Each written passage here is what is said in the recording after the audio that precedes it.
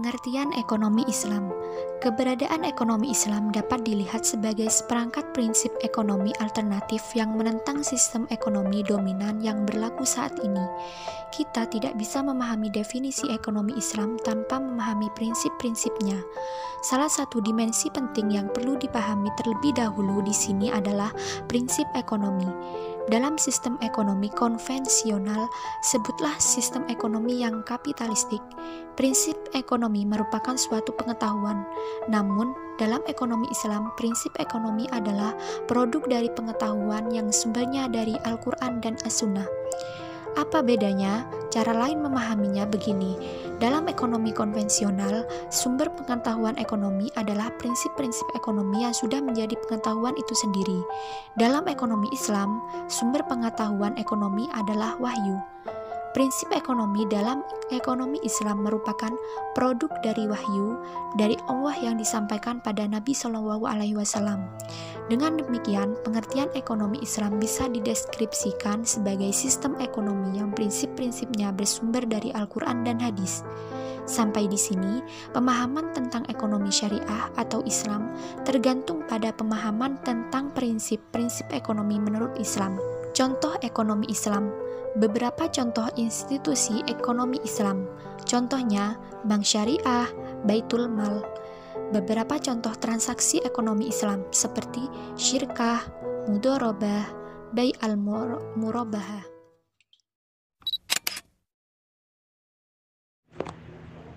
Karakteristik ekonomi Islam.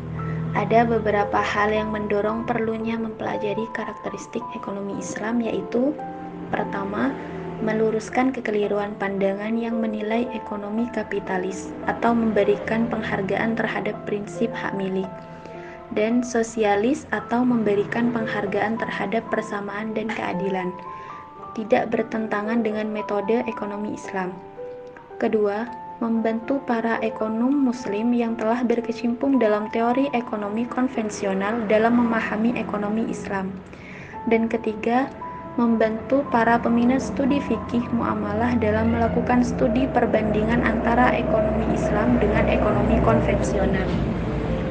Sedangkan karakteristik ekonomi Islam adalah Islam itu sendiri yang meliputi 3 asas pokok.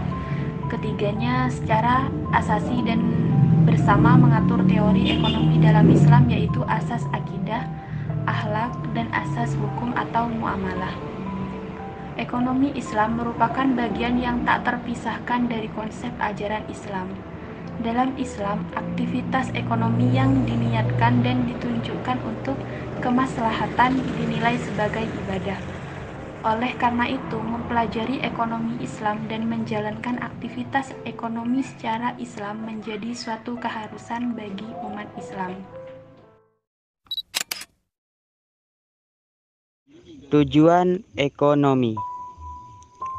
Mungkin jika dibandingkan antara kata perekonomian dengan agama, keduanya sangat bertolak belakang, di mana agama berhubungan dengan akhirat, sedangkan perekonomian berhubungan dengan dunia. Namun, kedua kata tersebut memiliki keterkaitan antara satu sama lainnya. Keterkaitan antara agama dan perekonomian sejatinya merupakan suatu implementasi dari pengalaman beragama tersebut. Agama harus diimplementasikan ke dalam kehidupan dengan mendiskusikan aspek-aspek sosiologis yang ada dalam masyarakat. Max Weber berpendapat, pada dasarnya agama tidak hanya mengatur tentang di mana manusia harus berhubungan dengan Tuhannya, melainkan agama juga mengatur hubungan dengan sesama manusia, salah satunya pada aspek ekonomi. Nilai dan norma agama memiliki peranan yang penting dalam mempengaruhi perilaku dan etos kerja masyarakat dalam menjalankan aktivitas perekonomiannya.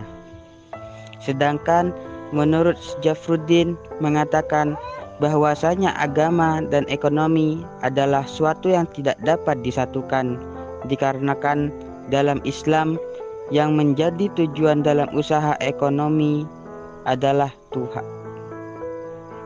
Hal ini ditegaskan dalam pernyataan bahwa segala usaha ekonomi itu harus dilakukan dalam rangka mengabdi kepada Allah Subhanahu wa Ta'ala.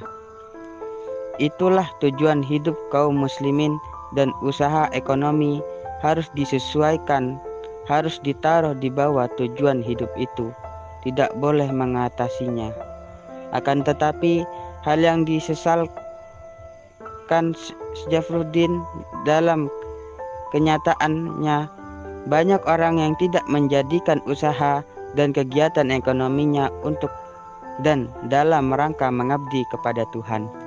Hal itu menyebabkan mereka tidak bisa mendapatkan apa yang disebut dengan kemakmuran hakiki. Kemakmuran hakiki itu adalah kemakmuran yang dapat memberi keuntungan kepada manusia sebagai seorang hamba yang meliputi aspek lahir dan batin, dunia dan akhirat.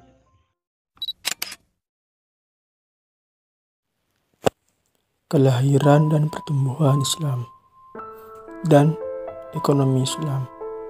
Islam adalah salah satu dari agama terbesar di dunia yang ditegakkan dan disebarkan oleh Nabi Muhammad SAW yang lahir pada tahun 570 Masehi di kota Mekah, di bagian agak selatan Jazirah Arabia yang merupakan suatu tempat atau daerah yang paling terbelakang dan juga jauh dari pusat perdagangan, seni maupun ilmu pengetahuan. Berbagai referensi menggambarkan sosok Nabi Muhammad SAW satu-satunya manusia berpengaruh dalam sejarah dunia yang menumbuh kembangkan agama Islam. Di samping itu, ia juga seorang pemimpin yang memiliki sifat-sifat terpenting, yaitu sidik, benar atau jujur, amanah atau tanggung jawab, kepercayaan atau kredibilitas, petonah atau kecerdasan, bijaksana, intelektual, dan tablik ialah informatif atau transparan.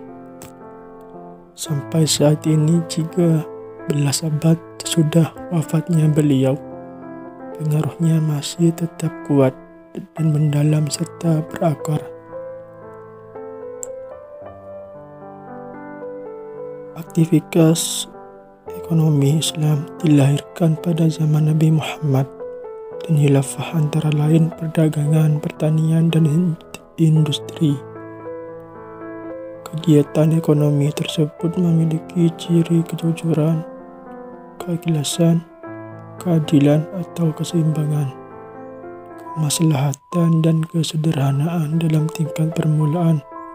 Oleh karena itu, ketika Islam datang, Nabi Muhammad membina aturan main moral dan akhlak terhadap organisasi atau player kepada produsen, konsumen, dan distributor dalam melakukan kegiatan ekonomi.